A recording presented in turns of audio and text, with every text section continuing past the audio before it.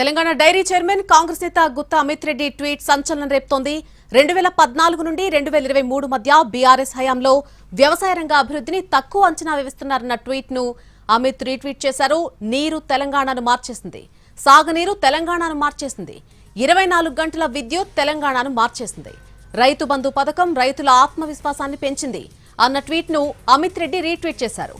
Amit tweet పై కాంగ్రెస్ నేతలు అవాక్కవుతున్నారు. మరొక వైపు ఇప్పటికైనా బీఆర్ఎస్ అభివృద్ధిని తెలుసుకున్నారని అమిత్ రెడ్డి ట్వీట్ ను బీఆర్ఎస్ అభినందిస్తోంది.